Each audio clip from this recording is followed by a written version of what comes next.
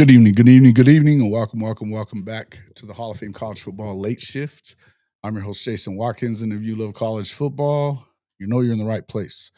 So before you forget, smash that red subscriber button, like our videos, and don't forget to ring the bell so you don't miss one moment of Hall of Fame College Football. What's up, Goated? Welcome into the show, Sooner. How's everybody doing this evening? Check in as you get here. We only got 3 people here so far. We may go for not very long. We'll see how it goes. Corrections 101. Haven't seen you in a while. Sooner Legend. What's up, man? What's up? Yeah, so I'm doing good, Legend. How are you doing? Just went to go scoop up my mom and just got back here just a little bit ago. Had a long day today. But nah, man, just was kind of looking over some of this stuff. It's 1 a.m. This is how we roll, Jack Burton. This is the late shift show. We do it late sometimes, once a week usually. This is way late though. This is definitely way late. But welcome into the show. Good to see you. So I know you're a Texas fan, but this is what I'm about to bring up. What in the hell is going on? Just got home from is it Siloam, Arkansas? From a gig? That's all right. That's what's up. What's up, Riley? Good to see you. Good to see you. Yeah, so I was looking at the SEC Media Days polls. Obviously, let's see, they've got Oklahoma on the SEC championship poll. You had Oklahoma had three votes to win the SEC championship game. I don't even know that I would have voted that. But predicted order of finish, they got them picked to finish 10th, which is wild to me. Pretty wild. Hey, proud daddy. Life is good. You got a new baby come? Is this somebody I know? And now they just changed their thing to proud daddy? Congratulations if you got a new kid. That's awesome. Congratulations. But yeah, so if we thought that people still weren't sleeping on OU, think again. There's plenty of people sleeping on OU. They also only got 3 selections on the All SEC preseason team. Mateer did not get a selection, first, second, or third team, which is kind of wild. Arch Manning is the third team quarterback, which is weird considering that so many people have him picked to win the Heisman. You know, he would seem like he should have been the first teamer. But what's up? What's up, T Boomer? Good to see you. Life is good. What's up? Tell me about life is good. Life is good. Always life is good. Boomer Sooner. T Boomer. Yep, T Boomer's my guy. So, Riley, what do you think we will hear? Yeah, please do sleep on OU. Hey, listen, I'm good with that. Let them sleep. And they are sleeping. You know. To only have now you did on the second team they got second or third team. Let me see. Yeah, I think it's second.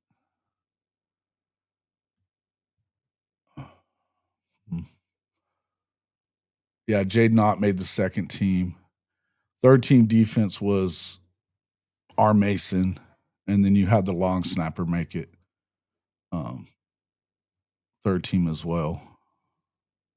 Ben Anderson. So they're definitely sleeping on him. What's up, Tommy Tough Knuckles? What's up, my guy?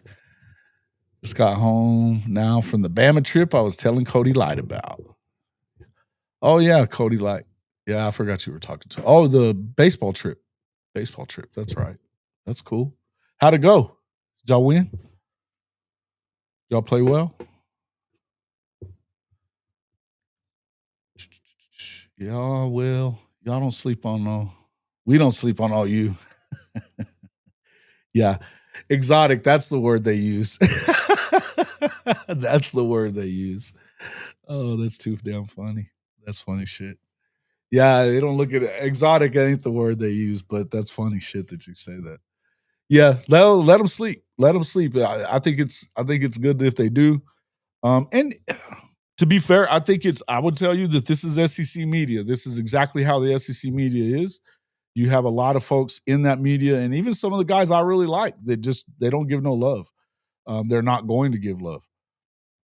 Not until you go through it and kick ass. Now, they're giving money, they're giving all the love to Texas, which is weird to me though, because again, I think that, when you played the schedule that Texas played last year in it, they lost both games to Georgia. I mean, I don't know. I just don't see it. It just goes to show you, though, it doesn't take much propaganda to like make them think whatever. And I think that they are loving on Texas. They got them picked to finish number. They've got them number one in the poll. They've got them number one in the predicted order of finish. And like the SEC champion poll, they're more than 2-1 over Georgia to win the conference. Which, I mean, they haven't even beat Georgia yet. It's pretty wild. Yeah, I do that. Yeah, I did know that. Yeah, I'm glad about that. Glad about that, legend. That was the thing that was keeping me up nights thinking about that, whether or not we're going to book. Because it doesn't matter if you can't get the guys back to health. Softball, that's right. My bad. Second place in the nation. Dang, bruh. That's pretty badass. Congratulations to the daughter. Very cool. Congrats. What position does your kid play? Yeah. That's good stuff, brother. That's good stuff. Well, I'll do a call-in show. We may only go for about 45 minutes, so I'm gonna go ahead and drop this link in here real quick. And if y'all want to call in and chat, I won't put your face on the screen or nothing like that. So I'll drop it in here real quick. Yeah. What they gonna do if they do Texas things this year? Hey, listen. I mean, it is what it is. That's what I would expect. I think that Texas, their schedule overall, as far as the SEC schedule is concerned, still not near as tough as what Oklahoma's is. Strategically, there's some games they could lose. I mean, I think anytime that you're going to go up against the defending champs and they've got their best defensive player back, they got their best offensive player back, they could lose that game. Now, they may not lose that game. I think that they might win it too. If they win it, I'm going to think a lot more of Texas than I did coming into it. But either whether they win or lose, that doesn't really matter. Center field, so badass outfielder. That's awesome, bro. Congrats, man. Second in the nation. This was in Alabama. What organization, or is it USSSA, or what is it? What's up there, Satterfield? Good to see you, my guy.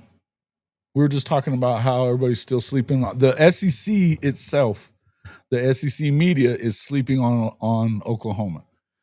Picking them to finish 10th in the preseason media poll. The SEC champion was they've got them 1, 2, 3, 4, 5, 6. They're in the top 6 of SEC champions, but that's just somebody picking them to win it. So out of just kind of is what it is. Hold on, I'll get you right in here there, legend.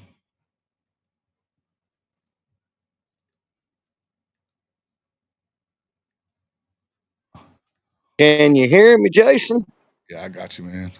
I can't barely see your ass. It's all right up in on you. But I can put you off the screen if you don't want to be on it. I can barely hear you, brother. You can't hear me? You should be able to hear me. Is everybody else having a hard time hearing me too? Tell me what you guys got. I think it's on my end, Jason. That's why I'm having a hard, because I'm on my cell phone, brother. Okay. Yeah, USSSA. Okay, there we go. That's cool, man. Congratulations to them. Let me see if my volume's turned down. Yeah, I think it may be. It was. I'm a dunderhead. It's all good. What's up there? Really flawed. Looky there.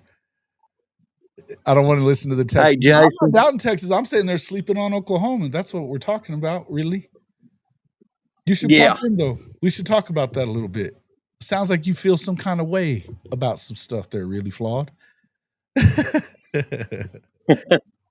Really flawed is the coolest Texas fan I know.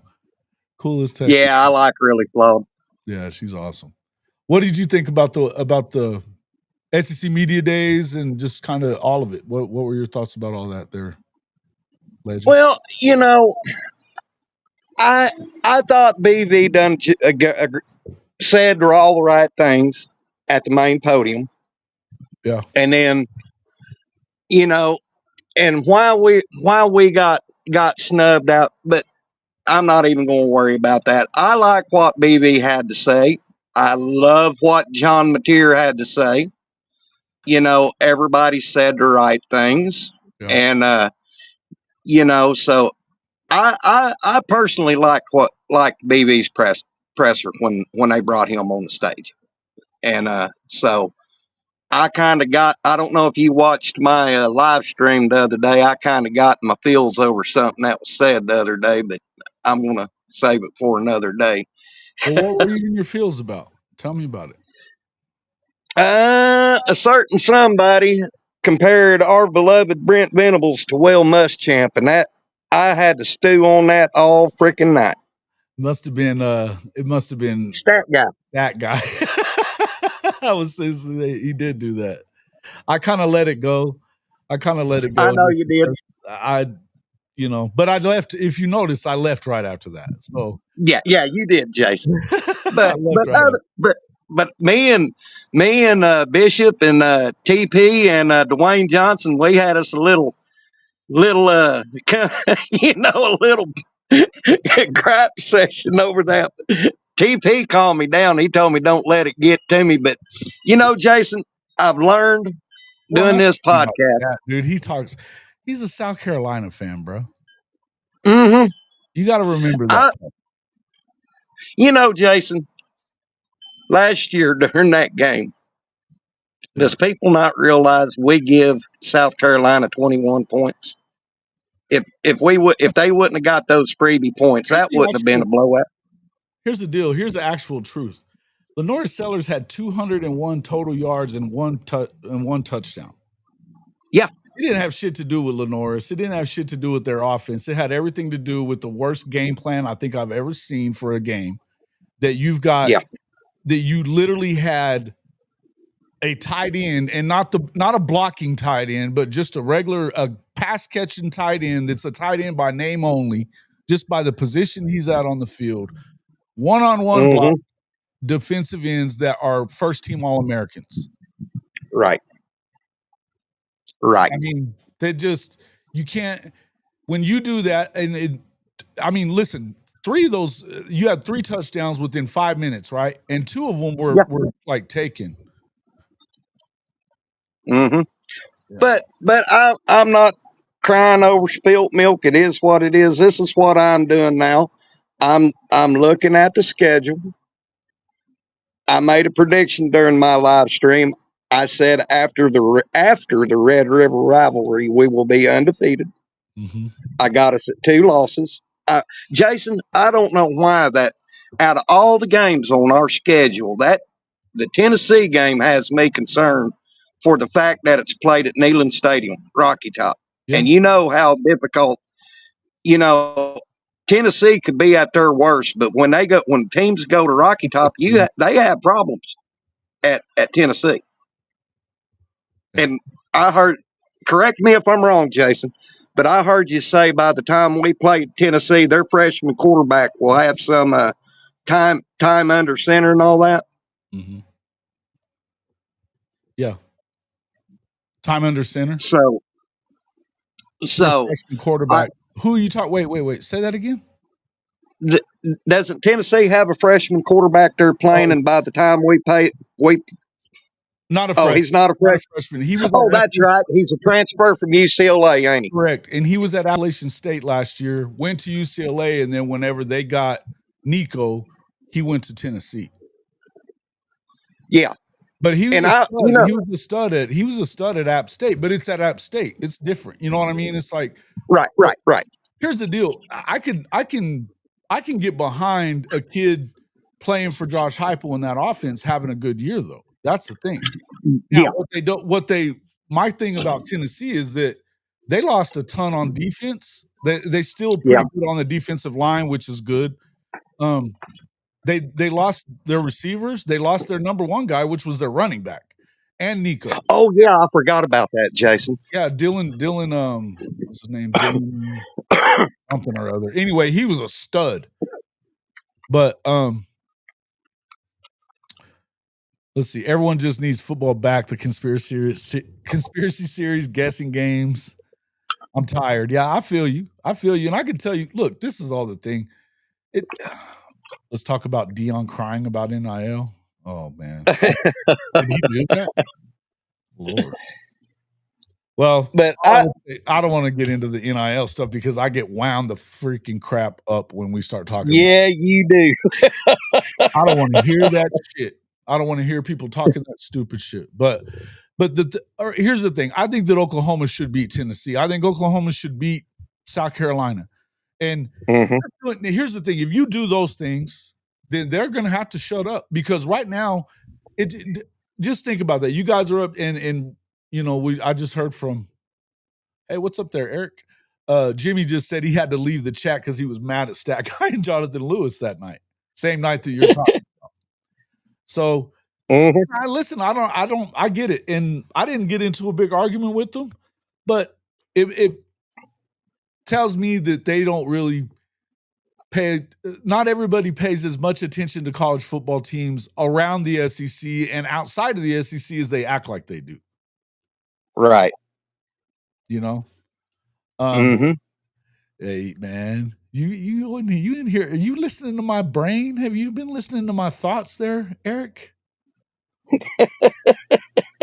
I don't think now Dent was talking about him being at LSU, possible to go back to LSU. I don't see that as much because I think he doesn't want anything to do. I think he knows that he could dominate the Big Ten, especially at a place like USC. But I don't think that he wants to mess with the SEC. To be honest, I don't think he does. But but Jason, I gotta shit. No, we don't want that. Saban to USC, we do not want that. Oh hell no. We turn him but into, all in all, the real deal. You know, Jason, them guys can sit there and talk all they want to. You know, after I did that live stream, I had time to think about it. You know, I'm going to be like Coach Ricks. I'm not going to give ignorance its flowers anymore. Well, you don't have to. You don't have to, man. The best way to go about it is listen, just keep the receipt. The receipt, because there's a lot of them there. There's a lot of receipts that are going to come due at the end of the year. If Oklahoma's better than everybody's, look, literally they predicted them to finish 10th out of 16. Yeah. Are you fucking joking me? Well, guess what this little country boy legend learned how to do? What's that? And I have got receipts now.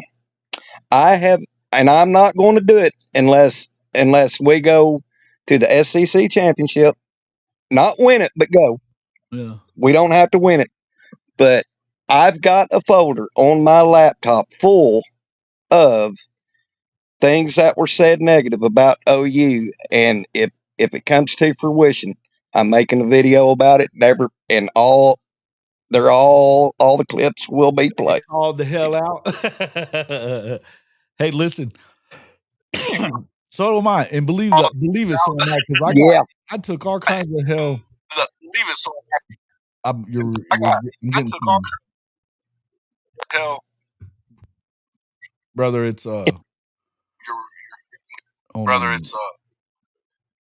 gonna mute him.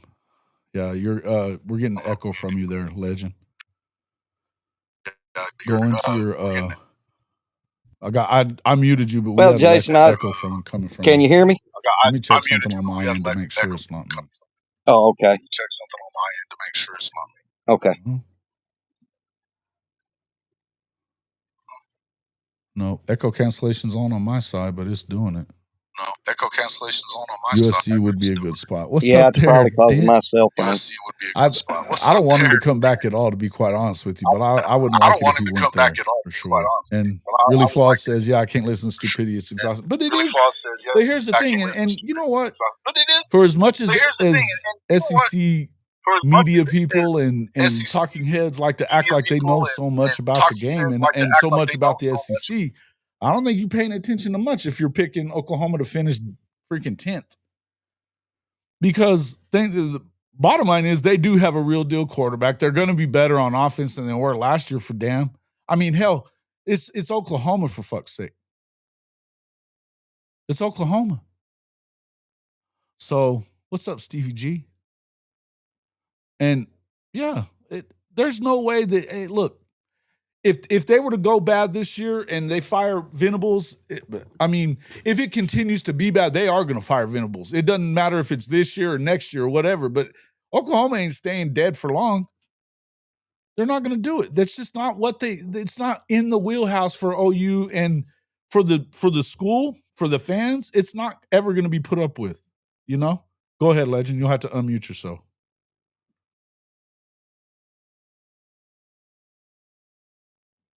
Go ahead. Just hit your unmute button or your mute button again.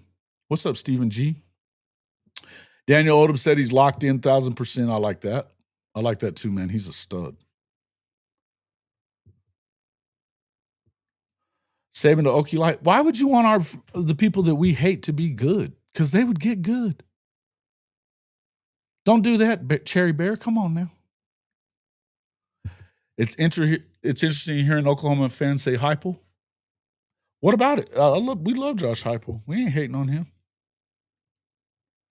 Yeah. Can you hear me now, Jason? Yeah.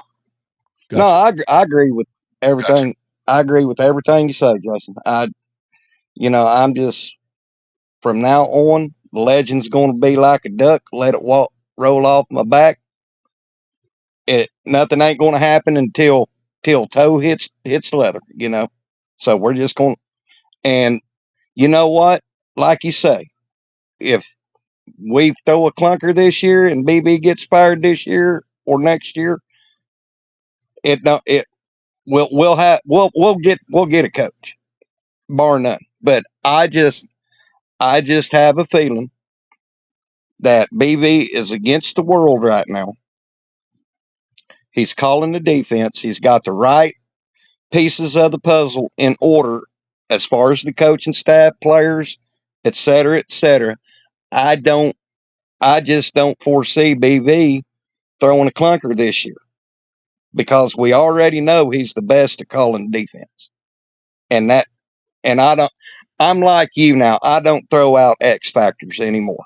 Nothing is an X factor. And go ahead and finish. I'm have to mute you again.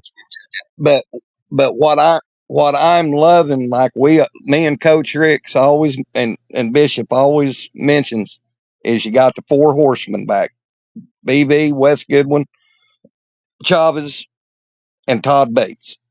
And then you look at our offense. We brought in Buckle, we brought in Koloski, we brought in John Mateer, we got Kevin Wilson as an analyst. I mean, I'm excited, and I think BB will shut up the naysayers this year. And you can mute me. You can mute me now, Jay. Just mute yourself. That way you can.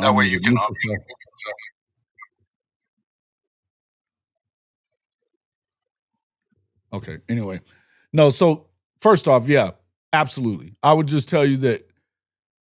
And I mean, it's as simple as this. Some people are really fucking stupid. Because they are. Just stupid. And we're talking about guys, they're either doing that or it's complete clickbait because nobody wants to give, and I'm going to tell you this, whether they're giving love to Texas or not, and they are, but thank you, really appreciate it. Whether they're giving love to Texas is, and I mean, look, it's fine. You know, they've been to back-to-back semifinals, which is whatever.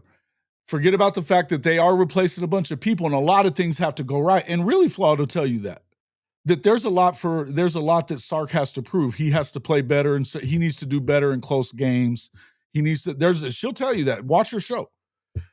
What I would tell you is I think Oklahoma is the same. It's the same thing, and I'm not worried about the defense. With Brent running the defense, of course they're going to be better. They're going to be fine. And you got two really good linebacker coaches. Both of them have been coordinators. Jeremiah or what's his name? Hall, Coach B Hall. He's one of the best safety coaches in the country. Period. And he's been a DC as well. So and then Bates is the at least one of the top 3 or 4 defensive line coaches in the country. And he's been recruiting studs for a long time. They have the best defensive line. So the idea that the defense is not going to fall apart, it's all about what the offense does. If the defense just does its job and is I think they're going to be a top 10 unit without a doubt. I think that even if they were top 20, all you have to do as Oklahoma's offense now is average about 28 points a game. And exactly, it would be about injuries, but there's no way you can have the same amount of injuries as last year. The other part is bringing in the guy from the Saints. He's the head of rehabilitation. He was the head of rehabilitation for the Saints. They were not happy about losing him at all. And to bring him into the fold, he's kind of hiring a staff to come with him. They're finally addressing that shit. Joe C's leaving, they're addressing that stuff. Because I'm telling you, I think that he had a lot to do with that too. But I would just say, look, if Oklahoma, to me, I'm at the point that Oklahoma doesn't have any excuses now. There shouldn't be any injuries like that. You're loaded on offense. Your offensive line should be fine with it. I mean, I think you're 3 deep at almost every position on the O-line at this point. You've got guys that have experience. Even the freshmen, even the younger guys are experienced because they had to play so much last year. But I would tell you, like Isaiah Dent, he's gonna do his thing. This dude's the biggest guy on the team, 6'7", 320. They're ready for him. He's gonna be good to go. As soon as he's back from his little injury that he had, I mean, which basically from talking to Dent, it's basically he's ready to rock.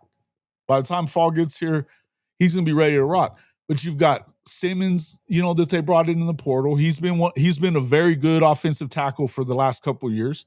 Obviously he came from the FCS level, so you have to assume that it's going to take a little bit. But to be honest with you, it's a difference. But I think that he's number 1, number 2. Then apparently Fasusi looks good. I don't think he's going to be ready to be a starter, him or Foji, but I think they're going to be ready to play. Logan Howland looked really good at the end of last year. Sexton is the dog out of them to start with anyway. Jacob Sexton is the man to play left tackle, but he can also move around. So I feel like they're in good shape. The other thing is that this is a guy that Mateer, he's not afraid to run and take off. You know what I mean? And he's also, he's probably had a lot worse offensive line.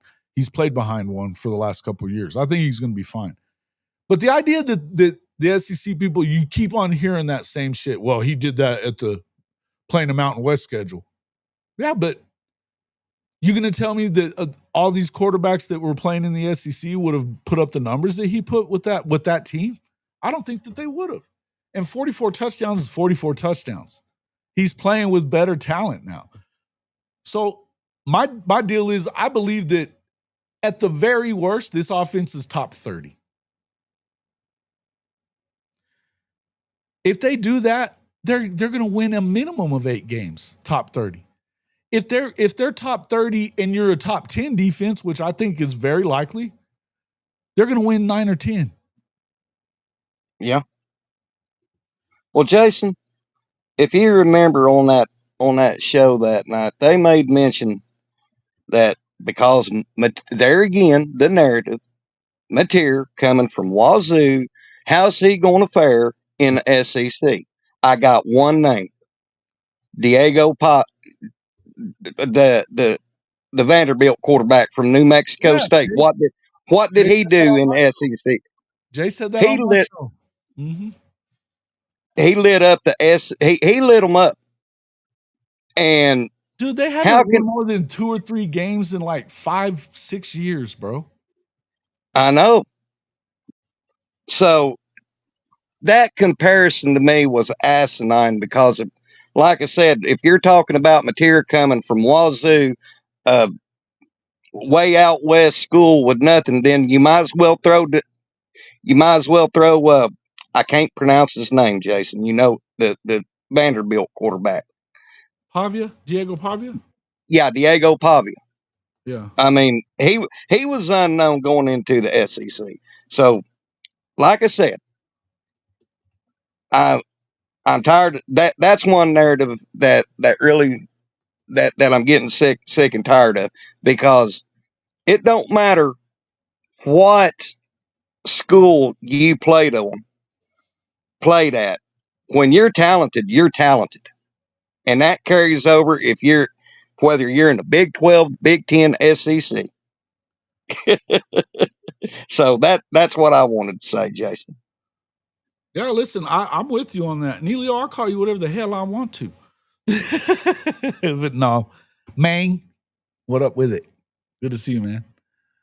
Let's see. Vanderbilt quarterback came in from a lower conference. Good point. And it's a great point. And Jay was talking about that the other day on the show too. Is that, hell, he beat Auburn's ass at Auburn with New Mexico State. And then he came in and beat both teams from Alabama last year at Vanderbilt, which, you know how long last time it was Alabama lost to Vanderbilt? Over 40 years ago. So the dude can play. And let's just be real. He can't throw it like John Mateer can. He's a good quarterback. He throws timely, but he's not a passer guy, but he's just a winner. I think the same thing about Mateer. I think that Mateer can throw it though. I think that this offense it's his third year. And if you watched his film, here's the thing about Mateer. You got to watch his film because all the people that are talking shit, they're not watching. They've watched maybe a breakdown that somebody made, and you can break it down however you want to and show mistakes and do this and do that if you want and say he sucks.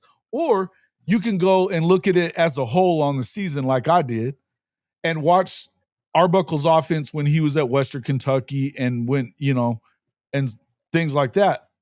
What he had with Cam Ward, same thing. They did a lot of different stuff, and you got to love the offense as it goes. But I will tell you, I got to tell you, I think that they're going to be good. I think he's going to be good. I think Oklahoma wins at least 8 games. I think I think he saves himself with that because there's too much talent to not be better than that. And I'm just going to say, I don't think Ole Miss is what they were last year, and we should have beat them last year. I don't think that Missouri is what they were last year, and we should have beat them last year. And same with I would say the same with South Carolina. That right there is 3 more wins. That's 3 more wins. So that puts you at 9. Even if you do the exact same as last year in the regular season, and you can even switch out an Alabama win with another one. Fine. Even if you switched out and let's say you lost to Alabama, but you beat those 3 teams, that's still 8 wins right there. Mm-hmm. So to me, I think they're going to be fine. I think they're going to be in contention to get to the playoff. Whether they make it in, if they get to 10 wins, they'll be in. But yeah. But I don't know that I think 10 is tough to get to with this second half schedule. Now I'm with you. I think that they should be undefeated even after the Red River. Texas hasn't beaten Oklahoma twice in a row in 25 years, man. 25 years. They're coming off of being in the swamp the week before. Oklahoma is at home against Kent State the week before. I like their chances of beating them in that game. And it wouldn't even, you know how it is. It's a damn rivalry game. It can happen anytime. Mm-hmm. But I'm not guaranteeing no victory there. I think you should win. I think you should win that. I think they will win that. But we'll see kind of how it goes, right? It just, Yeah. Well, Jason, I'm going to have to get my butt to bed. I appreciate you having me on, brother, and at least let me visit with you for a little bit. Yeah, no problem, man. I'll be straight up with you. I think you got one of the best pods on YouTube. You're doing great things. Been watching you with K. Chris and Chris Mason, and I follow you wherever you go, brother. I appreciate it. I got some as cool always, stuff coming up too, man. There's a little bit. Stick around for a few minutes at least in the chat because I got a couple things I want to talk about, but I got a show that we're shooting with the high top guys at the end of the month. It's going to be a lot of fun.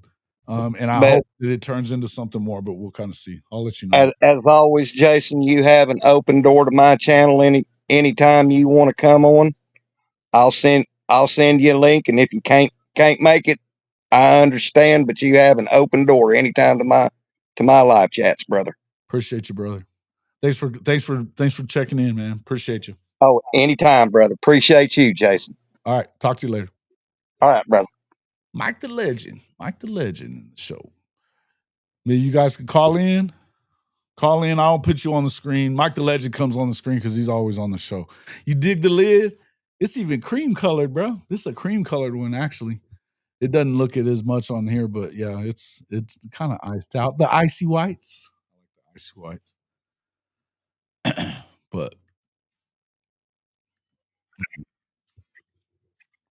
but yeah, so what I was telling him at the end of that right there was that I'm gonna be heading to I may not, let's see what day is. I'm probably gonna be leaving on Wednesday, so we'll do the Monday show for sure. But Wednesday I'm gonna be heading out. I got a couple places to be, and then I'm going out for High Top has a media day. They're doing the High Top media days there in Gainesville, so I was gonna go to that, and then we're gonna be shooting something. It's gonna be a cool show. That we're gonna have a golf match against him, and then we're just gonna kind of do some stuff for like SEC preview stuff. So it'll be a lot of fun. It'll a lot of fun. It'll be a lot of funniness, shit talking, a lot of that kind of stuff going back and forth. He's convinced that him and his teammate are going to beat the hell out of us, but I think differently. So we'll see how it goes, man. It'll be a lot of fun either way. Play some golf, talk some shit, talk some college football. It's kind of how we roll, but still feels weird being in the SEC. I'm trying. Well, definitely, and I mean they don't exactly make it a welcome place, and that's understandable because they're not welcome to each other. You know what I mean? That's the thing is I'll tell you one thing is the hatred in the SEC is real, right? The hatred in the SEC is real. Tennessee fans are wilding.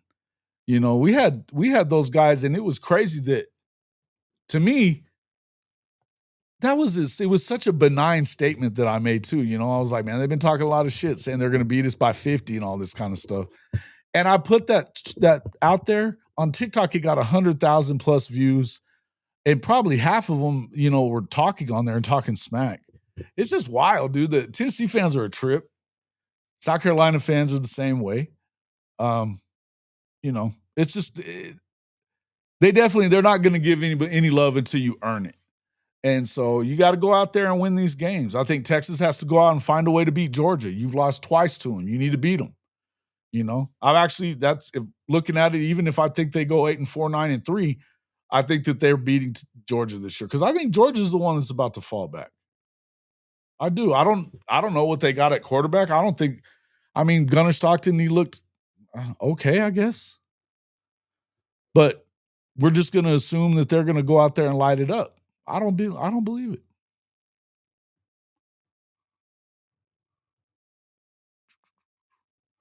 Let's see. Hate the location. Don't think we're going to be Big 12 championships. Listen, I would like. I'm with you on that, Neilio, for K-State, except for, man, I just don't love that they're going to Ireland in that first week. I just think it could be a whole year hangover. Even if they win, I think it's tough. Florida's a football state. We have Baker. Baker's my guy. Hey, thank you, Tyler Reynolds. Appreciate you. Kimberly K., what are you doing up so late? Let's see. PJ and Danny Okoye eat off the ends versus Texas. Yeah, listen, I think they will too. They'll let them go all for all to see. I think that you have to get out there and see kind of what. There's not one analyst that says John Mateer will not be good. Well, they didn't vote him as that good, though. That's the thing. He didn't even make the third team quarterback on the All-SEC team. So the thing is I think that as much people as there are that are saying good things about Oklahoma, and there are some, but there's a lot of them that aren't saying anything good about them there, Dent. You know what I mean? It's just kind of wild. Nagy taking shots on classes with over 30 recruits. Only 3 schools that could be about. No, he was definitely talking about USC. He was definitely talking about USC, Riley. There's no doubt about it. But he was also talking about the fact that, you know, Oklahoma fans have been on his ass, and he hadn't even had time to like prove that his way to go about it is the right way. You know, we got all these recruiting experts as fans that, you know, and they've just been wearing his ass out. And he was, what Nagy was saying was that he didn't say they're not going to go after 5 stars. That's not what he meant.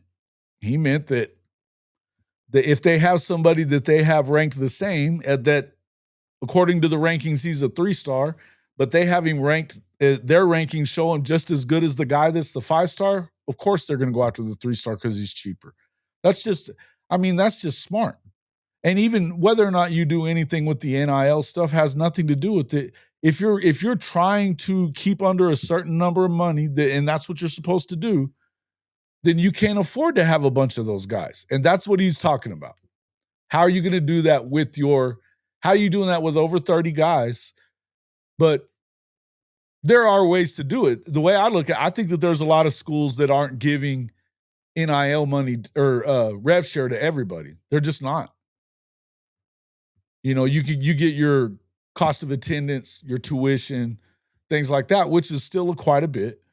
And then if you're in most of them are only like doing that for the top 50 players.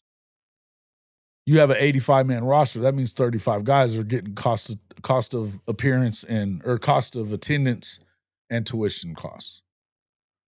So it is what it is.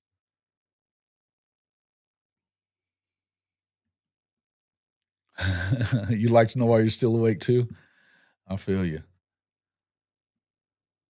What will this season people start talking about Oklahoma and Oklahoma Natty starting 6-0? What would start on that? 6-0 would help. 6-0 would help. I think that you would also have to finish well too. I think making the playoff would figure into that. If you start out 6-0 and don't make the playoff, I don't think that's a bad start. That's a bad way to end the year, you know, because 6-0 means that you also beat Texas. So then that means that you lost 4 out of the next 6 games. You know, that's not a way to get at it. So to me, I think you need to make the playoff. I think you need to make the playoff for sure. It'd take more than 8 wins for them to start making it. But here's the thing: who cares what they're talking about? But I think, to me, I mean, the more I've thought about it, and the more I see things the way they are, it's like I said, I don't think that they have a whole lot of excuses left of not getting it done. I feel like it's time for Coach V to flatten out his head coach learning curve. I think he's got to flatten it out, make the right decisions. I just feel like there's things that you need to get done. So I want to see him get it done now. Now, that doesn't mean I think that they're going to fire him if they get to 8 wins or 7 wins or whatever it may be. I think that they may not fire him for 7 wins, but I'll be a lot harder on him if they don't get 9 wins or more. Because I think that it's time, with the talent that you have on board and, you know, quarterback situation, you're going to be better offensively, they should be a lot better. I don't know that there's going to be a lot of excuses. And if they're losing a bunch of close games, that tells me he's not really flattening that learning curve. And it's time to have done that.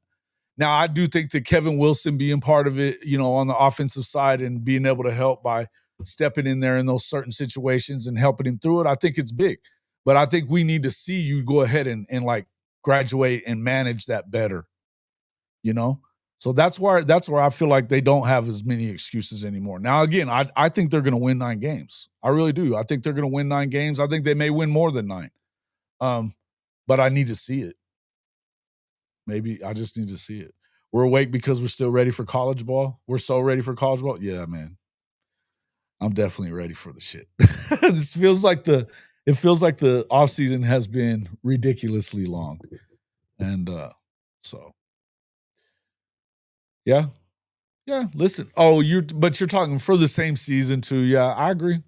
I think that if you get to 6-0 and you get some big wins, like if you get a big win out of one of those three or whatever, yeah. I got to tell you, man, there's a lot of people that think that Michigan's coming to Oklahoma and winning. You know, they're talking a lot of good stuff. I mean, and I like Underwood. I think that he's going to get put into a blender. I think he's going to get put into a blender. What's the word on Jaden Gibson? Hoping he comes back and balls out. Man, I think that he is coming back. It sounds to me like it almost felt like that's what Mateer was talking about. He was definitely talking about Giovanni and how he stayed with him after the injury. But he said that both of those injuries happened around the same time, and he said that they're both doing a lot better. So, and you'd heard that from Venables a few weeks or about a month ago or so when he was talking about that they were both on track to be back.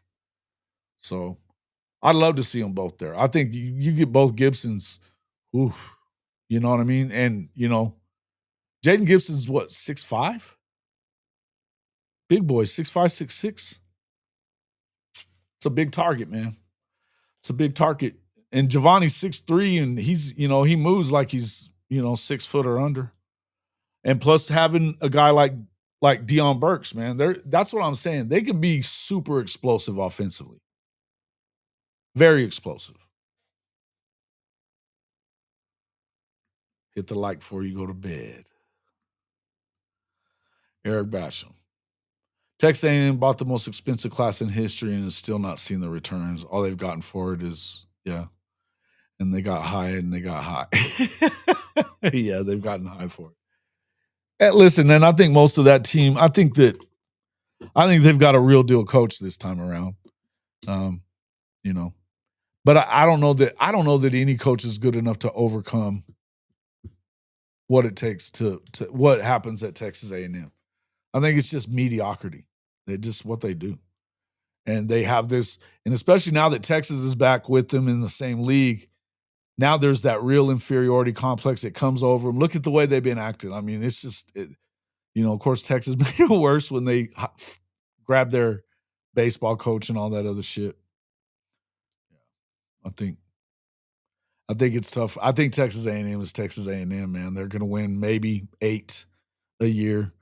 You know, good year, maybe they win 9, but I don't see them winning the national championship for damn sure. I don't see them winning the SEC. I don't see them beating Oklahoma or Texas very often, just like they didn't when they were in the same league with them before. Because it's freaking Aggie. It's just what they do. It's just what they do. It's like Okie Light.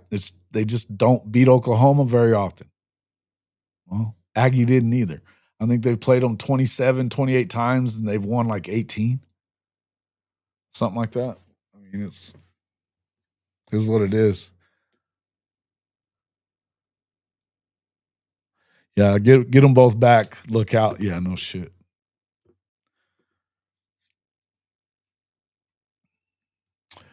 They weren't. You're right.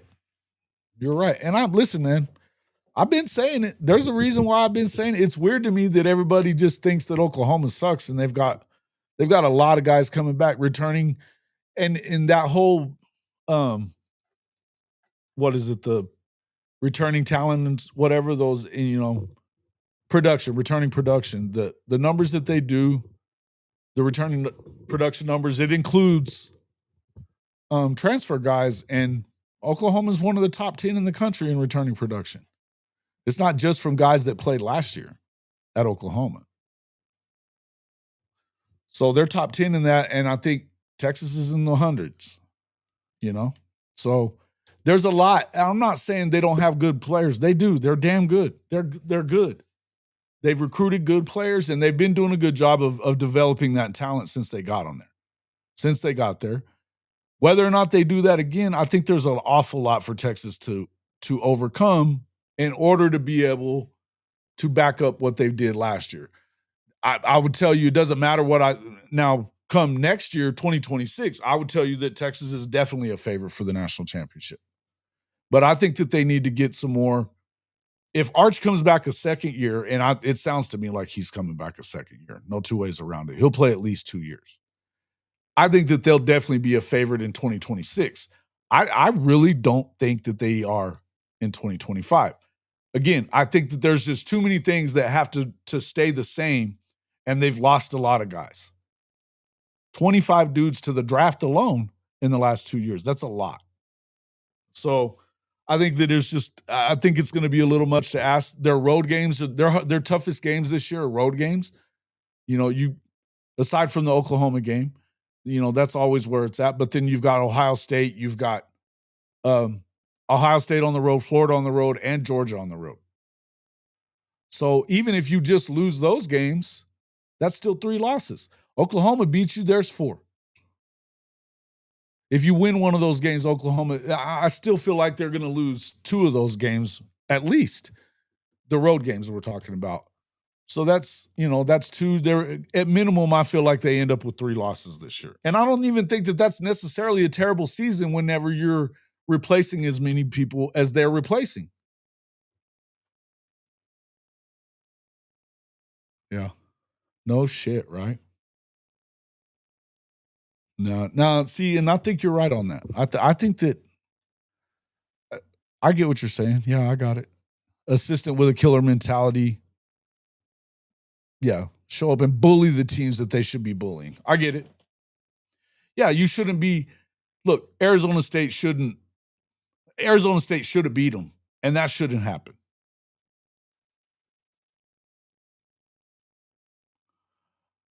Yeah, I know. When y'all say UT, I know you're talking about us, but this foreign SEC, UT means Tennessee. That's Tennessee screaming that all the time.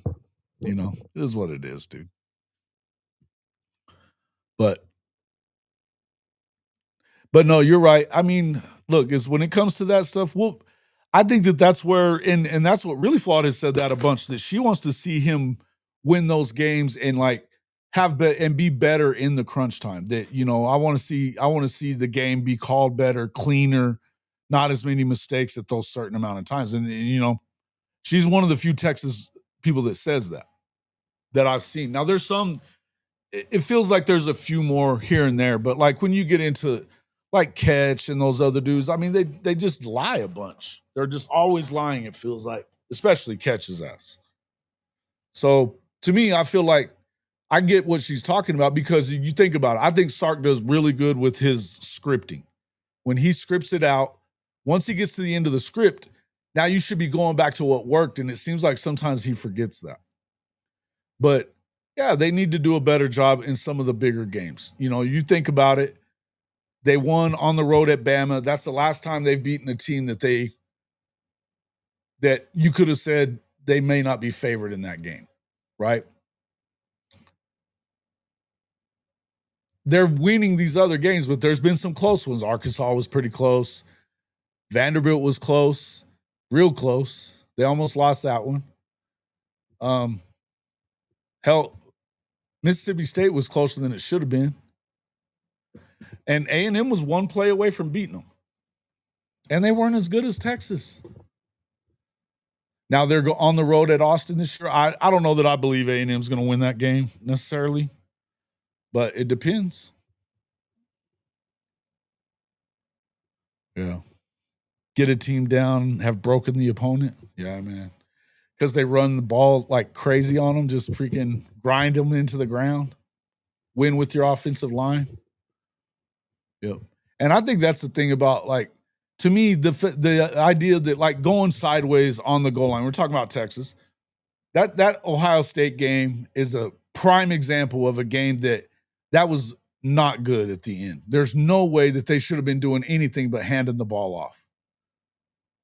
Or put Arch in the game and let him run a quarterback sneak from right up the middle, The old Tom Brady play. Push, do any of that kind of shit. You got to do something like that. Yeah. You certainly speak for me. Yeah. Broken English, you say. Yeah, Neilio is. Yeah, an illegal. Come on now. Texas could be with 3 losses after Oklahoma. They really easily, if they don't get it. started right with Arch in the new line. Yeah, I think that. Well, I mean, yeah, definitely. I think that it's proven over time that the Swamp, even when they're not very good, and I think that Florida's going to be a lot better this year. Even when they're not very good, teams don't win there. They just don't win. So I think that's tough. But I'll give it to you that if they come in with less than 2 losses, or if they come into the Red River undefeated, they're going to be better than what we thought they were. Because I have a hard time believing they're going to the Shoe and the Swamp and winning both those games. In fact, I think they're going to lose them both. That doesn't mean I don't think they're good. I just think that those are tough places to win. So if they come in undefeated or even with 1 loss, they're probably better than we think. But we'll see. I'll tell you the other thing. When it comes to Oklahoma, I think that Oklahoma is going to make a lot of people have to eat their words this year. They are. But they better too. They better. Oh, dude. Burton, exactly. Why wouldn't you run the eye right there? You know? I mean, I thought the year that Oklahoma 2 years ago when OU beat you guys in the Red River and they got stopped on the 1 yard line and 4 downs, right? I would tell you that at least I didn't think it was smart to put Sweat in there and run like that behind him because he clearly wasn't. That's not what he's good at. I mean, he's good at the line stuff and like being a fullback in that situation he was missing the blocks. He wasn't getting them. Now I like the idea of the power that he has, but they didn't really run it off of his butt either. You know? I just thought it was kind of weird. But at least that was the right idea, though. Run the I formation. Why wouldn't you just hand the ball off? And listen, Wisner's a stud. I don't know why you wouldn't have handed the ball to Wisner twice, 3 times down there on the goal line against Ohio State. I would have made him stop me running the football right there. End of story. Instead, he's, dropping back to pass and rolling him out to pass, and that's the one he got the fumble on. It's hard to get a guy open in that amount of space, man. There's not that much space there. That's a tough play to call. And to me, that offensive line was supposed to be one of the best offensive lines in the country. Get on their butt and go. Yeah. Out of Wingo early? That's fair. If he's that good, yeah. Yeah, and I think you're right about that. I think that if he's not getting going early, then he's not. Look, I think Ryan Wingo's got a lot of talent. We didn't see a lot of that last year, though. We didn't see a lot of that. And I don't think they targeted him a ton until towards the end of the year. But he only had 1 100-yard game. 1 touchdown. I mean, you got to expect. And I think that as far as what everybody's saying, Arch loves him. And they do have that other receiver who's pretty good too, but he didn't have huge numbers either. I think it's just a lot of new.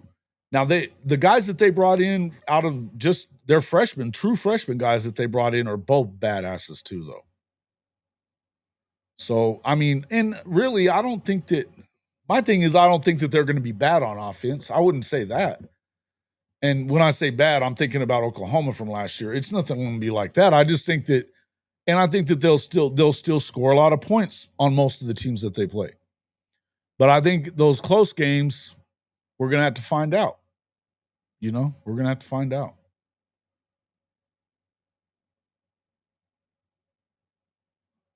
They at least lose 1. Yeah, I feel you.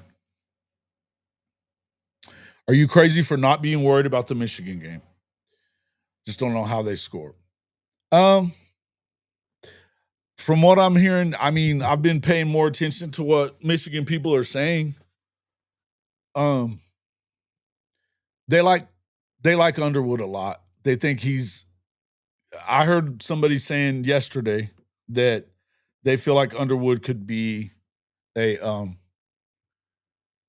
could be like Trevor Lawrence in his first year. They feel like he's that good. And they really like this new offensive coordinator that they have too. And so it's definitely not going to be the same kind of offense that they ran last year. And I think that could be Oklahoma's defense should be really good. Their defense is going to be really good too. But the thing is that we don't know what they're going to run. And so I think that they may be more dangerous than we think. Now, I think that they're going to do some things on defense that's going to get Underwood rattled, I should say. It's your second ever game, and you're not going to have seen what he's going to send, what BV's going to send, because he'll send it from anywhere. I mean, you heard R. Mason talked about it, but so was Robert Spears Jennings was like, bro, it come from anywhere. I love that. It'll come from anywhere. So I feel like they're going to put a lot of pressure on him. I think it's going to be hard to get pressure in certain instances, but I think that they can get to him enough to rattle him in the right positions. I think Oklahoma wins, but I wouldn't say I'm not worried about Michigan. I think that Michigan's going to have some big boys and they play slug it out football. That's what they like to do. So I think that if you let it stay close for very long, you could end up with a fight on your hands that you could lose. I do think so. I don't think it's a guarantee. I don't think anything's a guarantee. All right. Just 1 second. I will we got a caller. 1 second.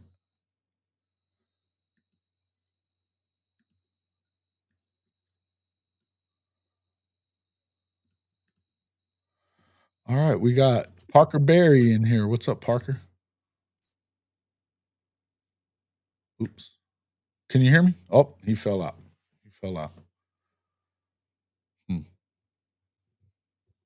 All right. Call back in.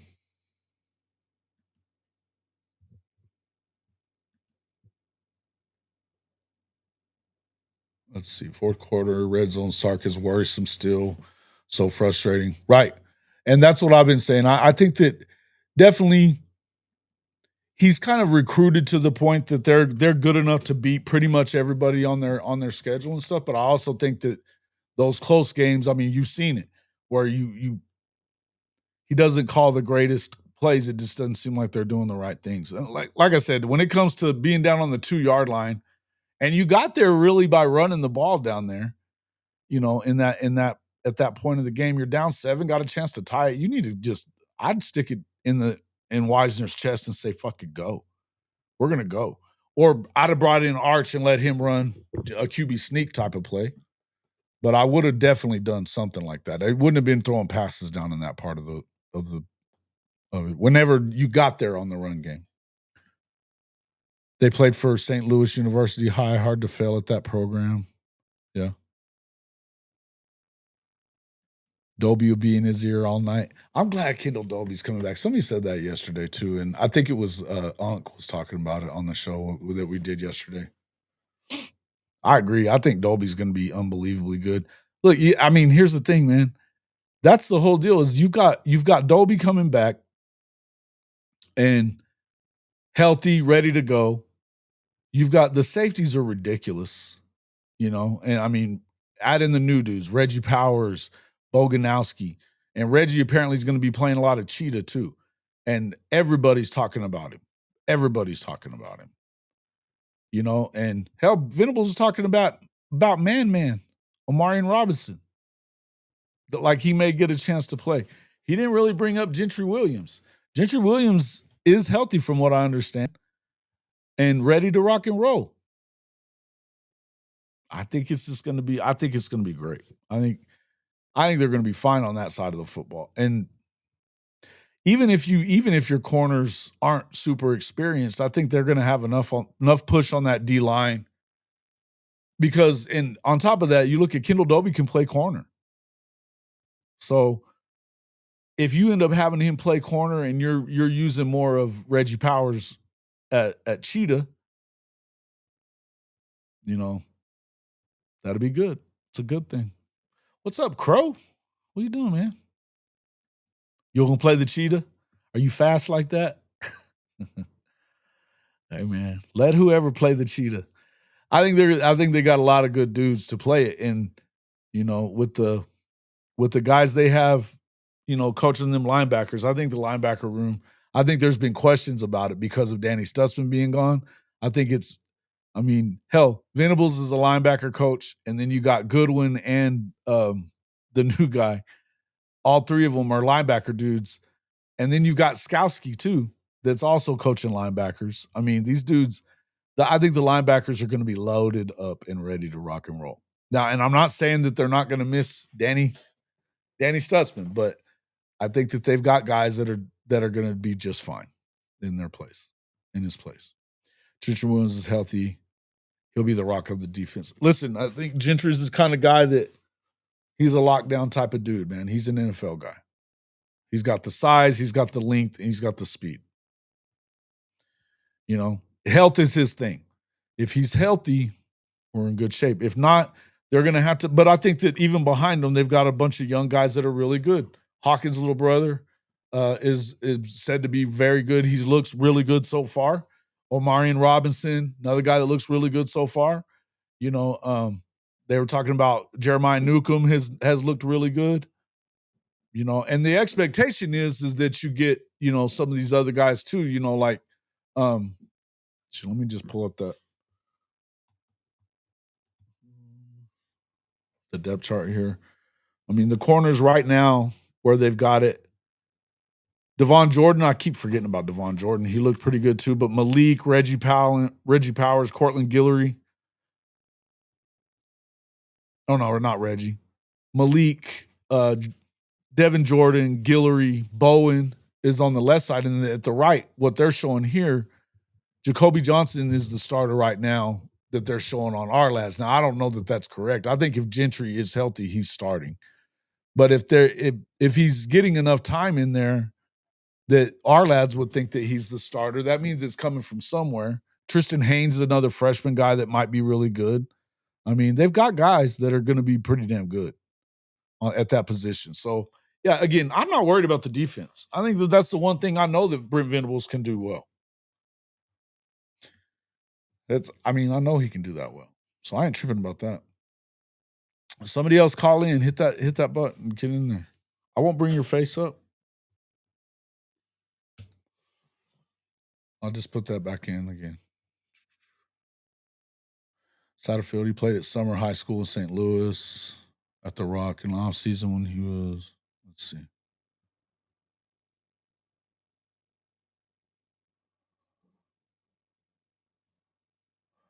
Anthony Stafford play?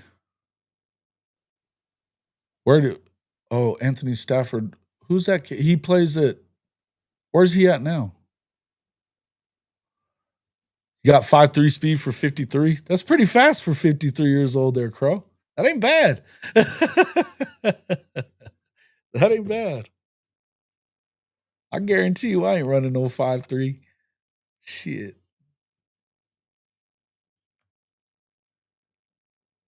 I like Gentry, though. I think Gentry's going to be good. And I think, I think Oklahoma's lucky to have him back. I think they're lucky to have him back.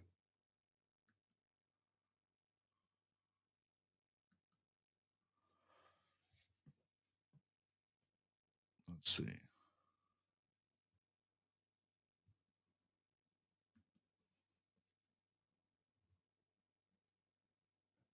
Oh, okay.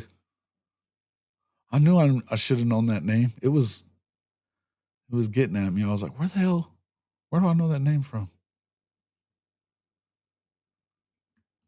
Did you guys watch that Wishbone show? I got to see part of it yesterday, but I didn't see all of it. Was it a 30 for 30 or just on like SEC Storied?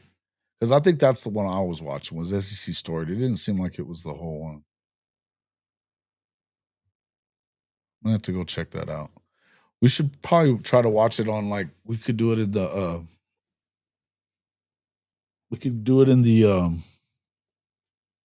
Discord for the members. We could do a watch party or something.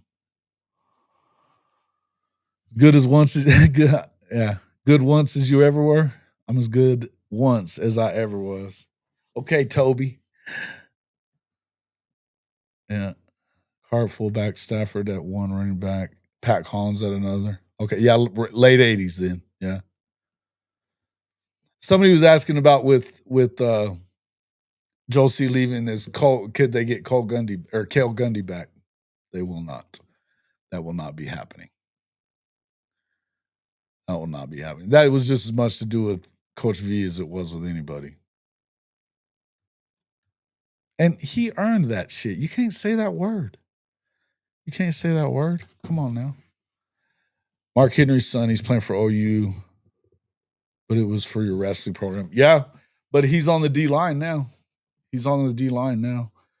They said he's been doing really well. He's really good with leverage. I mean, wrestling kind of helps with that. He's a big kid. Yeah, he's a defensive tackle. He is. He's a big stud, man. He's from what I hear, he's gonna factor in. That's where they're the deepest, though. Really, is at that spot. You know, when you talk about those two, the nose tackle, defensive tackle spots. If you're talking 4-3, I mean, they're loaded there. Grayson Halton, David Stone, you know, backing up Dominic Williams and Jaden Jackson. Trent Wilson's apparently killing it. Marcus Strong is apparently killing it. Even Ace Hodges, they've been talking a little bit about him.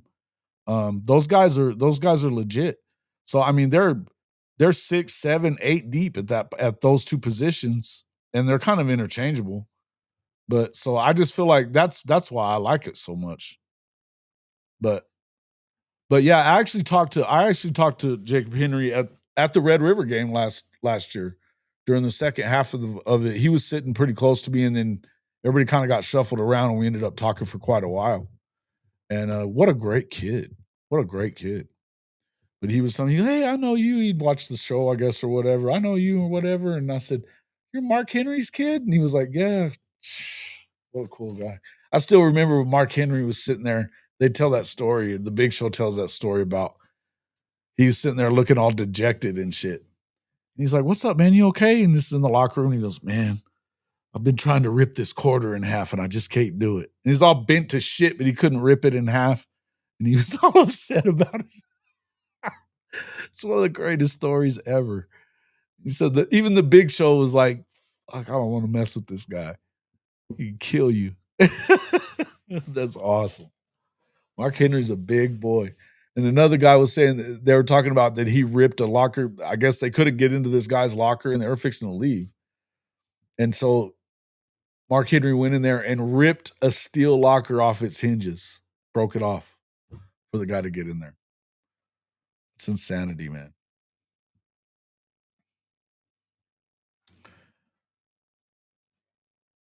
Yeah. I haven't heard much about Zion Kearney. Is he having a good spring? He's been doing good, apparently. He looked really good towards the end of the year last year, too. I think he's definitely one of those guys that's probably going to get some playing time this year, too. I think if he doesn't, it would be because it's so deep in that room at this point, and then you're going to lose him. Because I think that he's that kind of guy. He's a big kid, too, and, you know, just explosive type of player. I didn't feel like they used him enough last year. I really didn't. I didn't feel like, and nor same thing I felt like with Ivan Carrion too. He's a 6'7" cat. You need to throw him the fucking football. Get him in the game.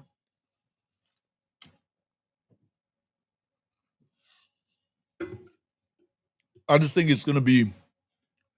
I think they're going to be.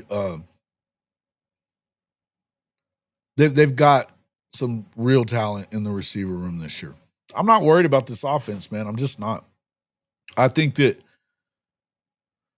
have the right coordinator. You know, I think he's on the same page with the rest of the coaches. They're working together. That wasn't going on with Seth Luttrell. I don't think that injuries are good. I don't think that it's possible for you to have that kind of injuries 2 years in a row. But I think they're even more prepared for it if they did. You know, I really do. I just think that they're going to be in good shape when it comes down to that. And I think they're going to be a lot better. Yeah, that's wild. That story is wild, right?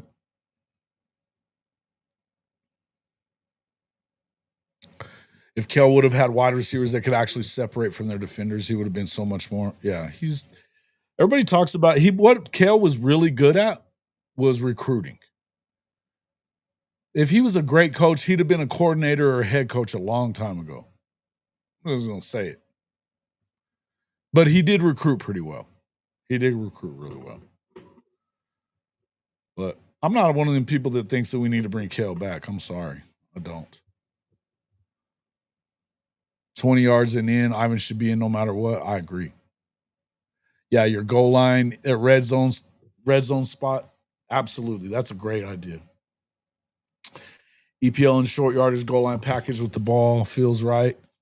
I think he's going to be starting there. It sounds like he's the starter there, from what I understand. I think he's a starter on the left side. Kearney and Carry-On should get a lot of playing time. If Carry-On, I don't know, Jimmy. It's a good question though. I don't know if Carry-On moves or not. I don't know that it's not something that I've heard a lot about, but I know it feels like he would get more opportunities there than he might get at receiver, but I haven't heard anything about him moving there. And I also think that they're pretty happy about what they've got at tight end right now because the guys they brought in the portal, they like them both. And then I think that, listen, it feels to me like somebody we've been saying about tight end for a long time has been looking good there. I think they're in good shape, man.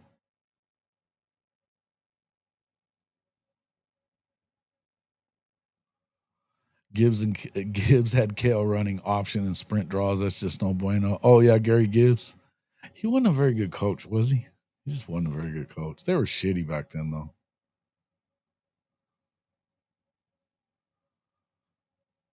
Watson Brown. It seems right. That seems about the time. I think that was when he was there, wasn't it? Yeah, that's what I thought too. Kanik. No, that's what I was talking about. I think that Kanik has shown himself to be very good at that spot. I don't expect him to be a huge blocker. I don't think he's unable to block. I don't think that you expect him to come in and be, a great blocker necessarily. This is a new position to him. But I'm telling you, I think that he's going to be the kind of guy that you're going to have to account for him when he's on the field. He's just that athletic and fast. I think Kanik's going to be very good there. So I like the idea of putting Carry-On in certain positions, though, even at tight end or whatever, that you just want him catching balls in short yardage, red zone part where the field shrinks at that point. You know what I mean? You just don't have as much room to get people off. You can throw high balls up to him. Who the hell's going to jump out over him and get a ball? I just don't see it. So he has to be able to check somebody off the line. You're right. I don't think he's going to be terrible. I just think that you can't expect him to be like some tight ends they're part of the offensive line. I don't really see him being that. He's not really big enough to be that. But I think he's going to be really good. Linebackers will have trouble covering Kanik. Absolutely. A lot of trouble covering Kanik. He's a mismatch. He's a mismatch for linebackers. He's a mismatch for corners, too. He's a mismatch. When Gibbs took OU down to the Gator Bowl and whipped up on Virginia, that was when they should have cashed in on recruiting wide receiver talent. Obviously, they did not. Yeah, they just weren't. Such a weird team back then. It was tough, man. Of course, you were going through a lot of the stuff that happened because of Switzer and, with him having to leave and putting him on probation and all that shit. It was a lot. It was tough. It was tough in those times.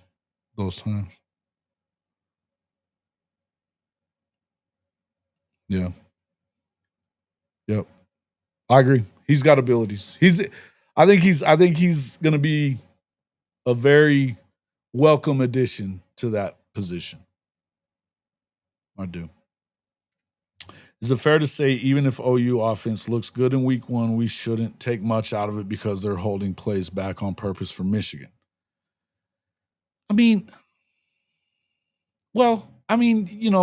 know what they're doing. I think week 1, that should be a first quarter blow them out type of thing. I think the defense will overwhelm Illinois State and liable to get a touchdown themselves and stuff. That's the kind of stuff that you should be up 28-35 nothing at the end of the first quarter and moving to young guys.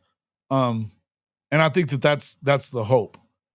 I don't think you take much out of it at all, but do I think they're going to show anything before the Michigan game? I don't think you have to show a lot and be able to beat up on them like that. So yeah, I don't think they're going to show anything before the Michigan game, but I wouldn't go judge the offense based on a larger body of work. Don't start thinking that you're going to be able to know what they are day one, game one, whatever. I mean, they should look great against Illinois State if they're running just base plays. That's period, end of story. They shouldn't be able to touch them.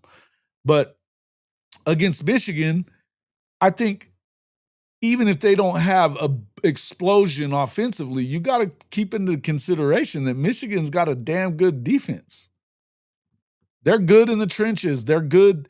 They've had a really good secondary. Now, they've lost some guys over the last few years, but they're still going to be good. And so and being young and early in the season, I would, you need to look at this. I would even look at it, those first 5 games. If you do enough to win the first 5 games, especially winning that game, winning the game against Auburn, then you have to, I think we got to keep expectations tempered a little bit. I think that they could come out and be great offensively immediately. I would also tell you that, I could see them holding some of it back, particularly for those 2 out of those 4 first games.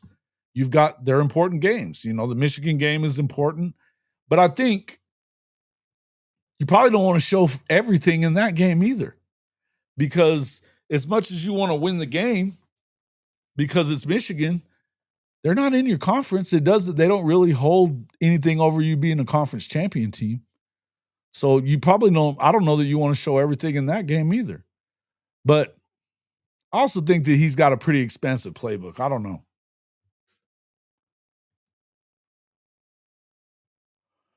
Yeah. Well, that's not necessarily what I've been hearing, Riley. That's not necessarily what I've been hearing. They don't have a ton of receivers. They do got a couple of guys. One guy that they can use, though, that I think that they used him a little bit, not enough last year, was that Samaje Morgan. He was more of a return guy, but I think he's a guy he's an explosive dude. And with they've got Chip Lindsey that came in to replace Kirk Campbell at offensive coordinator, and they like Lindsey a lot. He's definitely going to do things a lot different. Now, are they going to stay run heavy? Probably so. Probably so.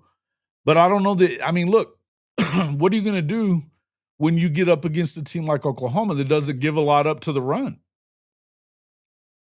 Dylan Sampson didn't get much on OU last year. And he had one of the better games against Oklahoma's defense.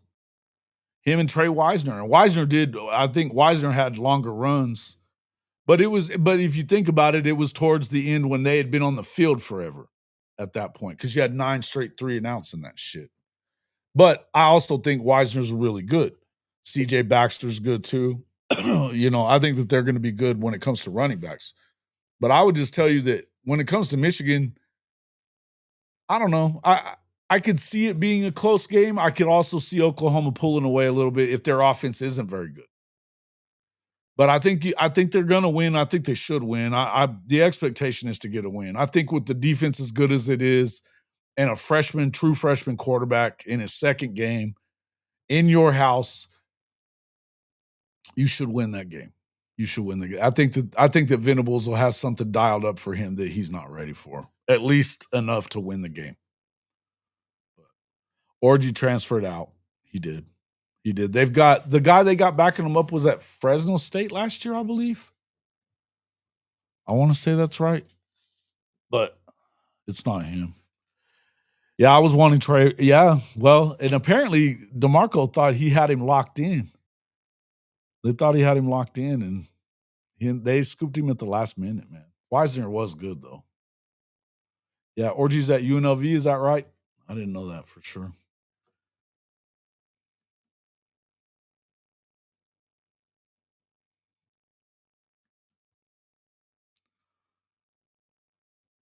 but they may not have a ton of receivers and stuff. I don't know, man. I think it's a little early in the season to expect a whole lot from Michigan. I think they might be a better team than they were. I think they're better than they were a year ago, but I'm telling you, insiders from Michigan guys, insider Michigan guys like this Michigan team more than other people do.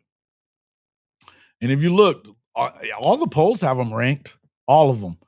There's people that are talking about this guy like he's the next Trevor Lawrence, man. I'm telling you. So it's a little weird. Yeah, I'm excited about that game for sure. I wouldn't miss it for the world. I think it's going to be a fun game. It's going to be a fun game. And look, having Sharon coaching them, that's big for them too, and they're going to want to play hard for him. And good for them. I'm glad that Sharon got that job. Good for him. I hope we beat him, but I'm excited for Sharon Moore. He's done a great job. He has done a great job. Who's this guy that keeps coming in, that Castor Troy dude, though, that keeps on just glazing him? So weird. Do you guys know who that is? Is he around a lot? I've seen him on a couple of different shows in the last couple of weeks. I'm like, dude, what's wrong with you? It's all he does is talk about Michigan. Yeah, me too. Me too. I think if he's got the fumbles, he won't play much because I think it's clear that Jaden Ott's going to be a starter and going to get the bulk of it. But I think that they got to love Xavier Robinson too. And listen, Torrey Blaylock is not there to be a red shirt right now. I think he would deal with it if he became one. But everything I've heard about Torrey Blaylock is that he's ready today, right now. And he might be the guy. His speed is legit. He's 210 already. I mean, and you saw that picture if you've seen that video of him whenever they were coming out of that workout, him and his dad, he's bigger than his dad. And his dad played in the NFL. At Butler County? Yeah, that's right. I forgot about that too. Yep. He played that, and then he's a guard, right? He was a guard for Oklahoma. He was good, man. Sharon was pretty good. I'd be a lot more worried about it if it was at the end of the year. I get you. Hey, listen, I think they should win it.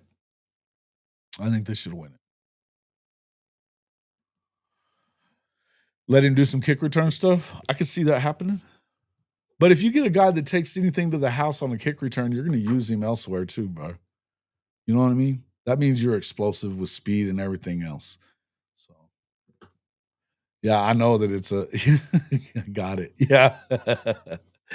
Castor Troy Boy is his name. He's a weirdo, though, dude. The guy's a weirdo. So with Castor Troy, I guess it fits.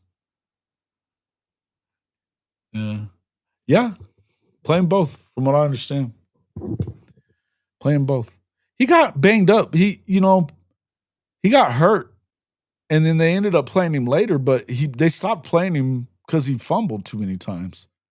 But I don't think. I mean, look, he was a true freshman. I think that you can definitely. There was times that he looked like the best player on the field early on in the year, though. I think that he'll be fine. I like Taylor Tatum. He's got a hold on the football, though, no doubt. Yeah, Blaylock is fast, bro. Fast. Who are you talking? Oh, yeah, Blaylock was almost a Wildcat. Yeah. Dude's a stud, man. Dude's a stud. Dude is a stud. But I tell you, if Blaylock's playing, then that probably means that Taylor Tatum or X-Rob are probably not going to be around for very long, which I think I don't know. We'll kind of wait and see. But, yeah, he was a backup for Priest. Mm-hmm. Yeah, him and Priest have the record for most combined touchdowns in a single game, rushing touchdowns. They had 4 each in that game. Yep. Sharon was almost a Wildcat? Oh, okay. I was trying to remember who was on Torrey's short list. I know A&M was. All right, T-Boomer. Appreciate it, man. Hey, congratulations to the fam. Tell her I said great job. And we'll talk to you soon. I'll see you guys. Yeah, I'm getting out of here too, man. I've been going for a while. Hour and a half. We've been going for. Just make sure you guys check us out. I will go ahead and let y'all know I'm going down there. We're going to have that golf match. We'll kind of see how it goes, but I may not be on as many lives here this next week. I'll definitely do Monday. Wednesday may not happen. Wednesday morning, maybe. I think we'll do Tuesday night more than likely, but I'm not sure. Coach has been on vacation, and then, but I'm not sure. I may be out of here by then. But I'll let you guys know. I'll for sure be on Monday morning, and I may go tomorrow evening for a little while. We'll kind of see how it goes. But yeah. Butler County was a decent pipeline. Yeah, that's true, bro. That's one of the best JUCOs in the country. All right, guys. But I appreciate everybody coming in. Make sure you check out our sponsors. Hey, man, if you're gambling, you got to gamble with MyBookie.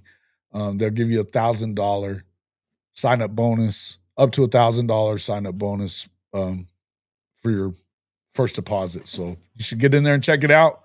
It's time to start betting some of this stuff, boys. Loving it. But hey, guys, we appreciate everybody coming in. We'll see you all in the next one. Hey, Jason Watkins here with Hall of Fame College Football. And if you are ready to back your favorite team, the Sooners, and fade that Texas hype train every Saturday this fall, there's only one place to do it, MyBookie. Right now, you can double your first deposit up to $1,000 when you sign up at hofmedia.us/mybookie1000. That's hofmedia.us/mybookie1000. Yep, 100% deposit bonus, and it takes less than 5 minutes to get started. Whether you're betting college football, rolling the dice in the online casino, or dropping a 10-leg parlay on SEC Chaos, MyBookie has everything you need. Bet anytime, anywhere, on the go, at the tailgate, or yelling at the refs from your couch. Just don't talk trash. Put your money where your mouth is. Hit that link, hofmedia.us/mybookie1000, and get your deposit bonus today. Bet anything, anytime, anywhere with MyBookie and Hall of Fame College Football.